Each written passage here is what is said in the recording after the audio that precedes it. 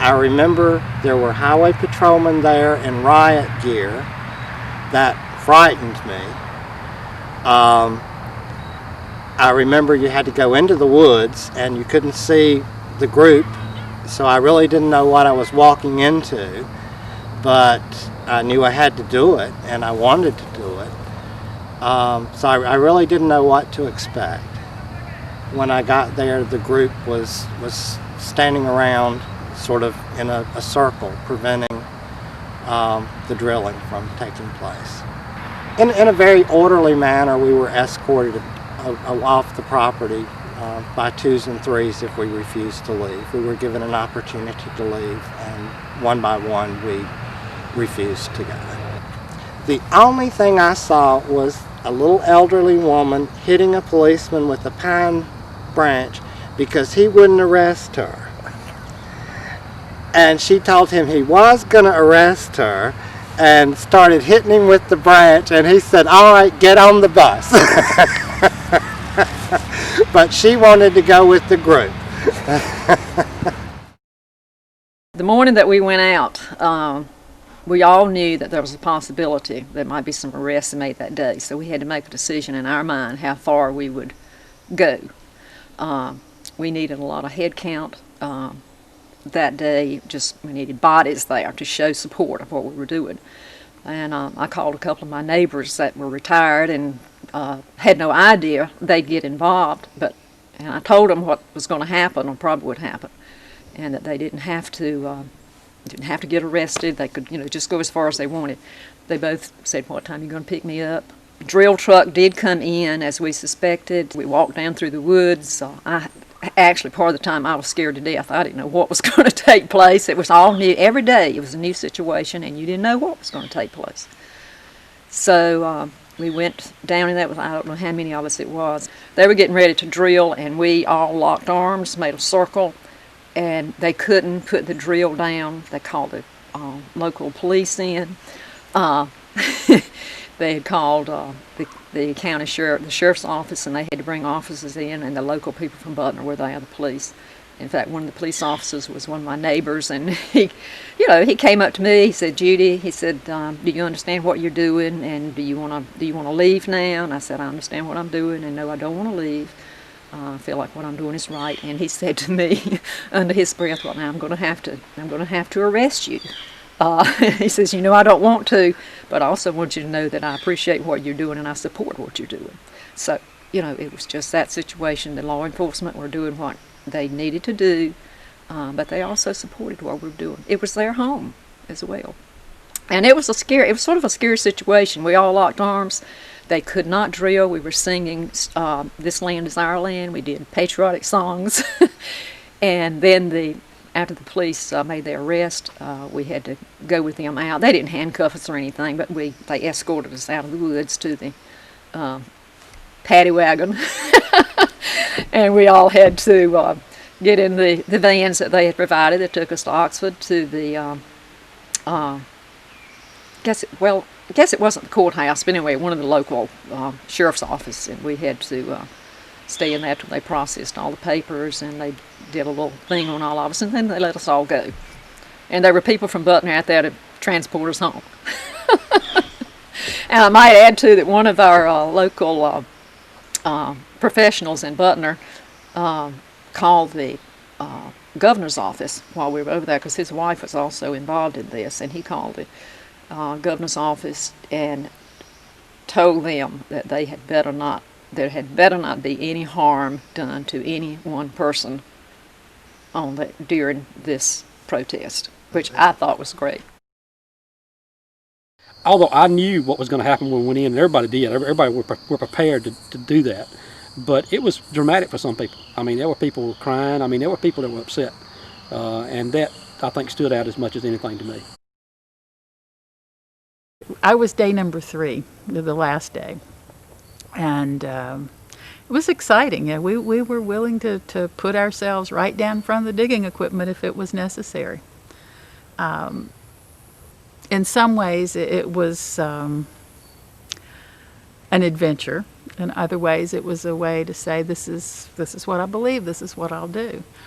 court date was a real blast. We all got cleaned up. We all had to behave. We all had to go show that we were solid citizens and were willing to stand up for what we believe, and so be it.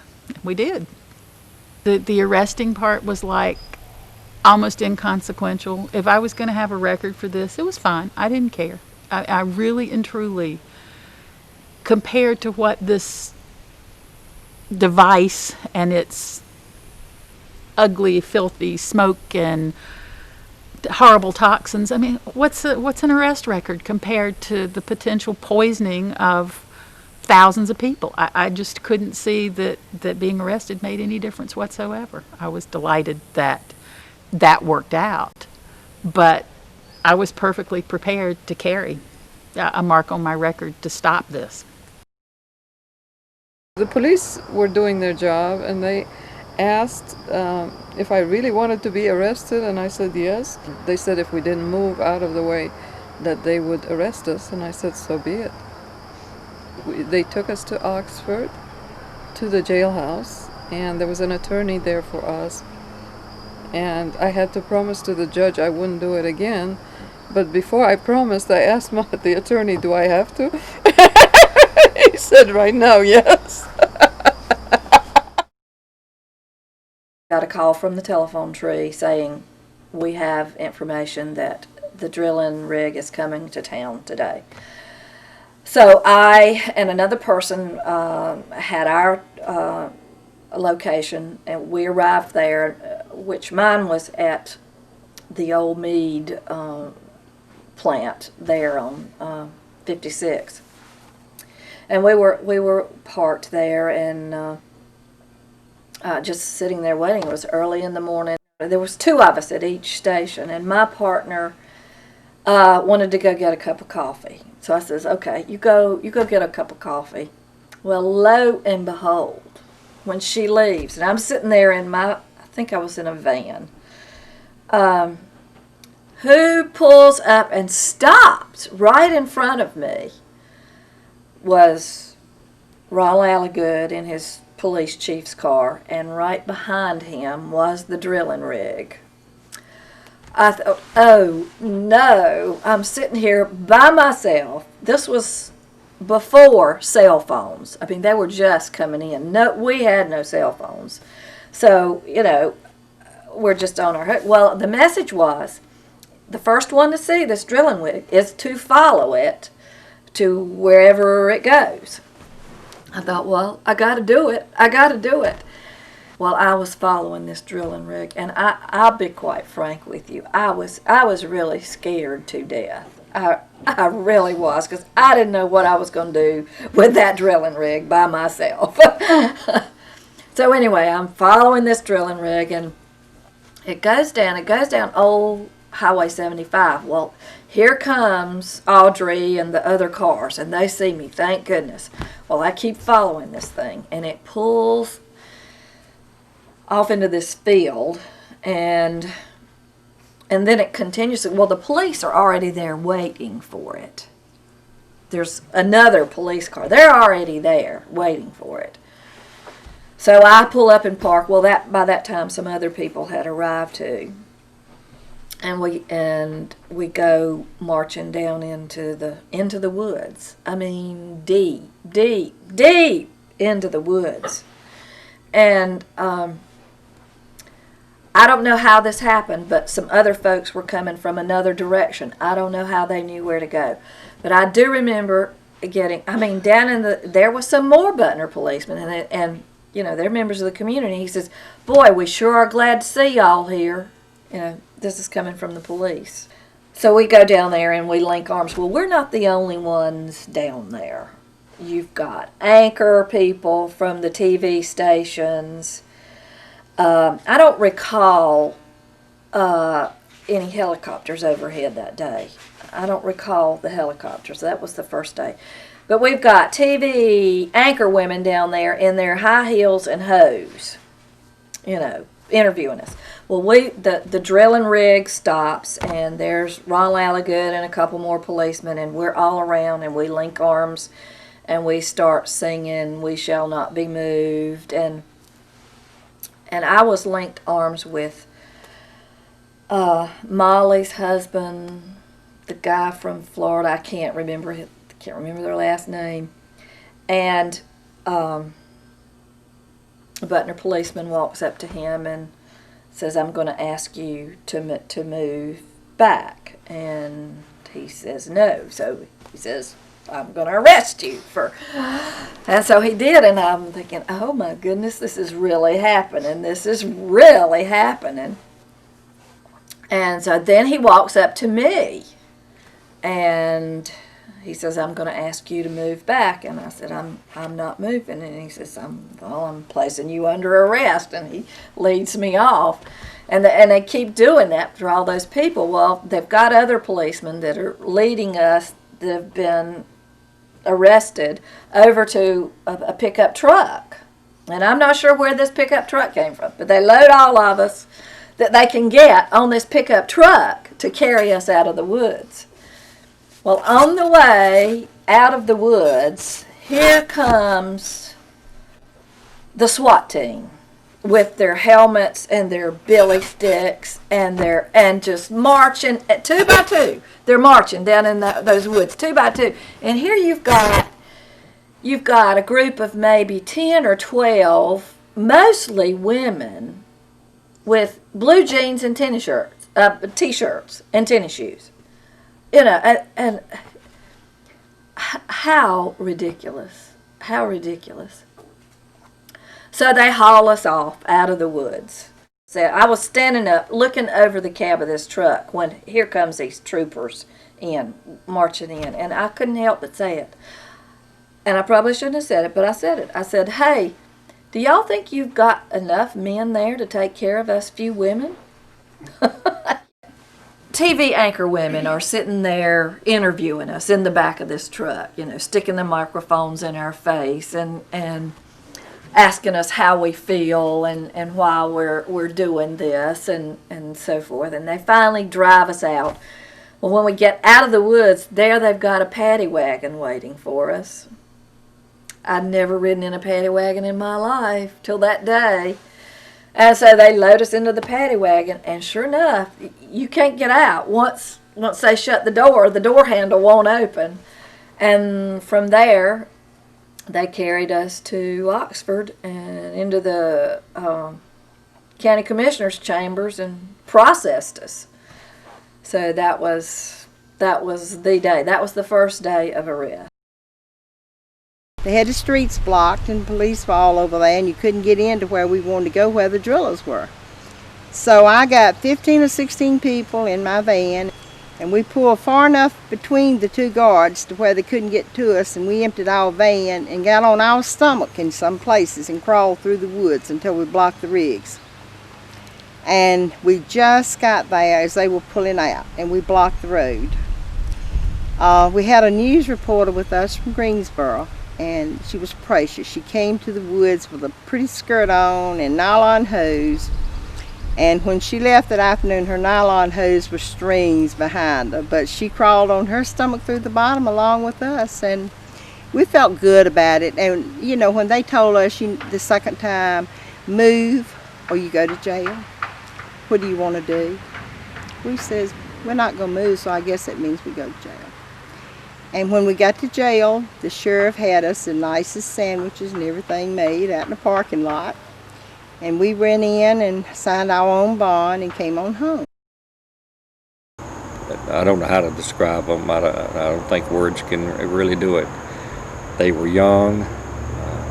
There were children out there with the families. And they were older. One lady, if I recall, was a retired professor from the University of Chapel Hill. Now, I think that's accurate. Taught, I believe, English or something, and retired. And I remember the day she was arrested, along with my wife, when they came to Butner, that first site they came to Butner. And they were hauling them out of the woods. It was a bad road. You could get there by four-wheel drive or walk in. And she was in the pickup with Barbara, my wife, and the police were hauling them out of the woods. They had come into the woods, by the way, with the batons held in both hands, and about 8 or 10 foot apart, with the riot shields down in front, and the drilling machines were already there, but they hadn't touched the earth yet. And we got in there quick enough running down the road.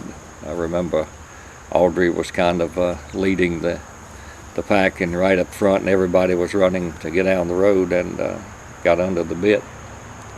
And they placed everybody under arrest that was under the bit. We were all joined hands, and a police officer from Butner said, "You're all under arrest if you don't move," and so forth. And they eventually said, "You're under arrest," and I asked him, could he unarrest me, because I needed to go make bail for everybody. And he said, "Go ahead," which I thought was very, very nice. And so I came back down the path and come out and made one phone call, and to a lady uptown that run a business, and she made a call, and by the time I got to Oxford, about 10 minutes later, a gentleman was there, somebody riding with him, and they had several $1,000s, I understand 75 in the back of the car, to bail out the folks if it needed to be, but they let them go on their own recognizance. And I was in the courtroom, if you will, the magistrate's courtroom, and they come filing in, and my wife come filing by. But it was stout people, short and tall, and different nationalities. It was just, they were all one, though. They were one in a bond of determination to keep it out. And keep it out they did, and they didn't come in glum-faced. They were smiling and determined to prevail. I mean, you could see it, you could just feel it. It was palpable almost. It was just wonderful. I've never been so proud. And when they were standing, and I'll digress a little bit, one of the paths that they stood in, there were two ladies, I didn't know their name at the time. They were there by themselves, and just two of them, and they had to be scared. I mean, or whatever. But I had to wonder down. I said, "You need anything?" Every time I got the path, "Do you need anything? You want anything? You need relief?" Whatever. And they said no, they wouldn't leave to eat, they wouldn't do anything, and I'll never forget them. Those, for whatever reason, it just stood out. And some of them so old, it was like, I say so old, I'm 67, and excuse me, I'm 68, and so I guess everything is relative, but they were about my age, and it would be hard for me to stand all day, but they were doing it. They didn't have chairs, they were standing there waiting for them, and you couldn't be proud of to call them a citizen of Granville County.